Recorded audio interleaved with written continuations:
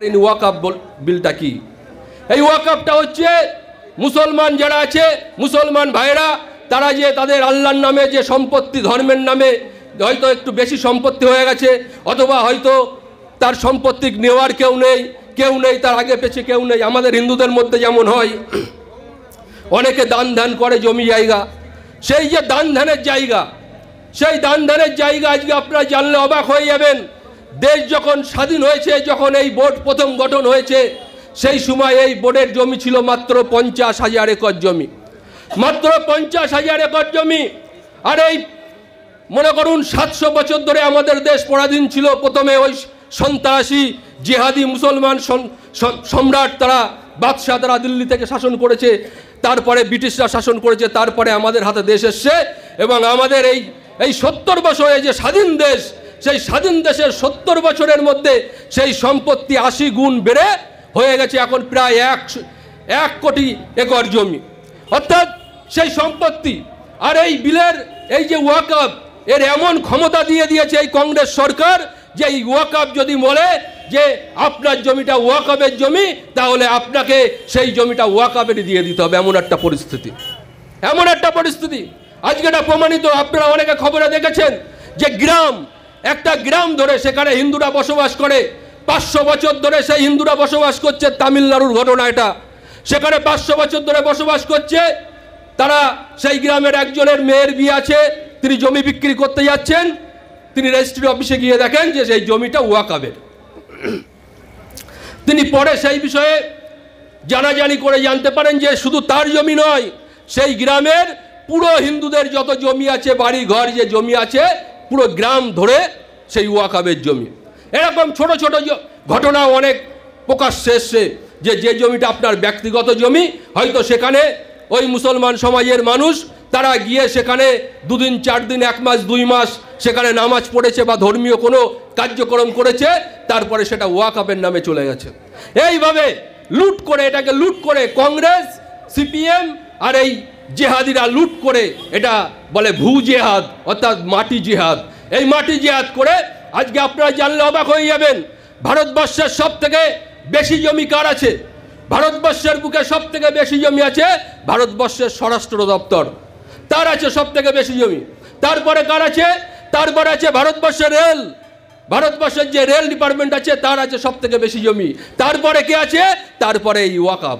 ভাবতে পারছেন? তারপরে এই ওয়াকআপ 3 নম্বরে আছে, লক্ষ লক্ষ একর জমি এই ওয়াকআপ।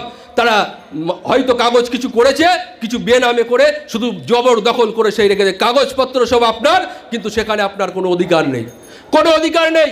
আপনার ঠাকুরদাদার নামে সেই জমি ছিল, তারপরে ঠাকুরদাদা আপনার বাবাকে দিয়েছে, তারপরে বাবা আপনাকে দিয়েছে, কিন্তু সেই জমি আপনার না, ওয়াকআপের হয়ে গেছে। এইভাবে ভুল জমি লুট করেছে, লুট করছে এই ওয়াকআপ। এটা চলতে পারে না, এটা কখনো চলতে পারে না। তাই নরেন্দ্র মোদী নতুন করে আইন নিয়ে এসছে। আপনারা দেখেছেন নিশ্চয়ই, টিভির পর্দায় বা মোবাইলেও দেখা গিয়েছে, ইন্টারনেটে ভাইরাল হয়েছে, একজন টুপি পরে মোল্লা জিহাদি কলকাতার রাজপথে দাঁড়িয়ে হাজার হাজার মানুষের সামনে দাঁড়িয়ে বলছে যে এই রাজভবন মুসলমানদের, আর পাশের থেকে সব হই হই হই হই করছে, বলছে রাজভবন মুসলমানদের, ওই আমাদের বিধানসভা মুসলমানদের, হাইকোর্ট মুসলমানদের, এয়ারপোর্ট মুসলমানদের, সব মুসলমানদের, সব মানে ওয়াকআপের, মুসলমানদের মানে ওয়াকআপের। আজকে দেখুন তো কত বড় স্পর্ধা, কত বড় সাহস, সে বলছে নবান্নটাও নাকি ওই ওয়াকআপের। এটা কখনো হতে পারে? এটা কি গায়ের জোয়ারি চলছে? তাই নরেন্দ্র মোদী বিল পাস করেছে। এখন বন্ধুরা, জেহাদি বন্ধুরা, তোমরা কান খুলে শুনে রাখো, কলকাতার ওই যে বড় মসজিদ আছে, ওটা কাদের জমিতে? ওটা যদি তোমার কাছে কাগজ থাকে তোমার জমিতে, নাইলে শ্রীরামের জমিতে। ওই যে ফুরফুরা শরীফ, অত বড় জমি, ওটা কাদের নামে? যেটুকু তোমার নামে কাগজ আছে সেটুকু বন্ধু তোমার, তারপর জয় শ্রীরামের জমি। ওই তাজমহল, ওই লালকেল্লা, সব জয় শ্রীরামের জমি। আগে রাম এসছে ভারতবর্ষে, তারপরে ইসলাম এসছে। অতটা সইয়া নয়, অতটা সইয়া নয়। এই ভূমাফিয়া চলতে দেওয়া যেতে পারে না। আজকে এই ওয়াকআপ আইন পাশ হয়েছে শুধু কি বাংলায়? শুধু বাংলায় না। আর সব থেকে জানলে অবাক হবেন, রাজ্যসভায় খুব সম্ভবত আমাদের মানে রাজ্যসভা আর কেন্দ্র মানে লোকসভা মিলে আমাদের মুসলমানদের এমপি ওই 30টা মতো আছে, আমি জানি না সঠিক 40টা আছে, কিন্তু ভোট পড়েছে সে 150টার বেশি। তাহলে 40টা আছে মুসলমান, সে যে বিভিন্ন দলের আছে, তো 40টা ভোট দেবে। বাকি এরা কারা? বাকি এরা কারা? এই যে হিন্দুদের জমি লুট হয়ে যাচ্ছে, হিন্দুদের জমি জেহাদ করে নিয়ে নিচ্ছে, আর এই যে জমির বিরুদ্ধে আইন করছে মোদি, তার বিরুদ্ধে কারা? এই হিন্দুগুলো কারা?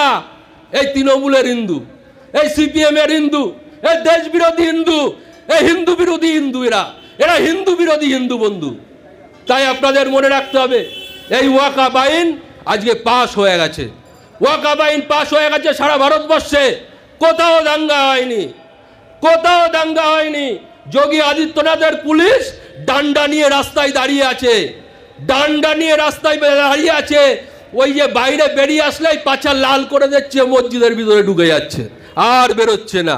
আর আমাদের এখানকার পুলিশ কি করছে? আমাদের এখানকার পুলিশ হাওয়াই চটি চাটছে, আর ওই কি করছে? ওই হিন্দুদের ধরে ধরে পেদাচ্ছে, ওই মাস্টারদের ধরে ধরে পেদাচ্ছে। যে মাস্টাররা চাকরি চলে গেছে, আজকে অসহায়, তাদের চাকরি চলে গেছে, আপনার বেতন তো ঢুকছে, তাদের যে বেতন বন্ধ হয়ে যাওয়ার মতন অবস্থা, আজকে তার ধরে পেদাচ্ছে।